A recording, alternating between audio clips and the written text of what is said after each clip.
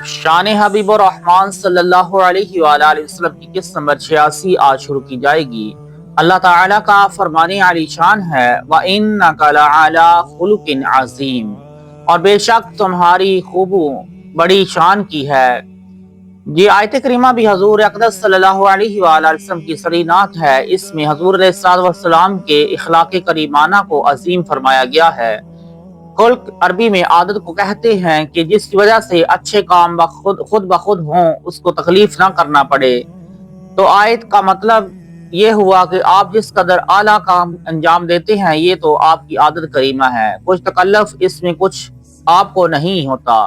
اسی کو قرآن کریم نے بیان فرمایا وما انا من المتکلفین، میں اپنے اخلاق میں تکلف سے کام نہیں لیتا۔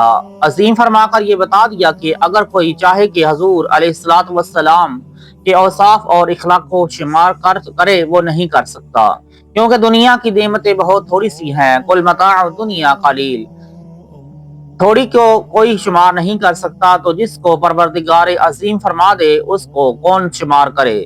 صاحب روح البیان نے لکھا ہے کسی آیت کی تفسیر میں کہ حضور علیہ السلام کو شکر نوح، خلت ابراہیمی، اخلاص موسیٰ، حضرت اسماعیل علیہ السلام کا سچ، اور حضرت ایوب علیہ السلام کا صبر، داؤد علیہ السلام کا عذر، اور سلیمان و عیسیٰ علیہ السلام کی تواضع، اور سارے انبیاء کے اخلاق عطا فرمائے علیہم الصلاۃ والسلام۔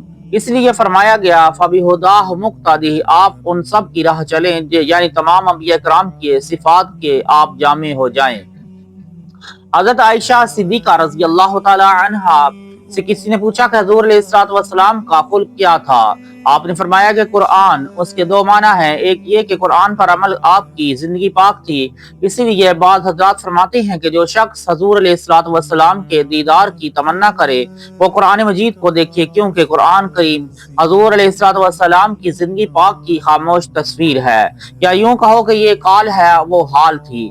دوسرے معنی صدیقہ کے قول کے یہ بھی ہیں ہو سکتے ہیں کہ جس طرح قرآن کریم ایک دریا پیدا کنار ہے، اسی طرح حضور علیہ السلام کے اخلاق کی انتہا نہیں۔ روح البیان نے فرمایا کہ بعض حضرات کہتے ہیں کہ حضور صلی اللہ علیہ وآلہ وسلم کے اخلاق یہ ہیں: رب کو اختیار کرنا اور مخلوق سے کنارہ کشی کرنا۔ اسی طرح روح البیان میں اسی جگہ ہے کہ معراج میں رب العالمین نے حضور علیہ السلام پر کنجیاں پیش فرمائی، قبول نہ کی۔ تمام ملائکہ اور جنت اور وہاں کی نعمتیں دکھائیں، مگر اس کی طرف توجہ نہ فرمائی، بلکہ رب کو قبول کیا ہے۔ اسی لیے پروردگار نے فرمایا ما زاغ البصر وما طغى، یعنی محبوب کی نظر اپنے رب سے دوسری طرف نہ ہٹی، صلی اللہ علیہ وآلہ وسلم۔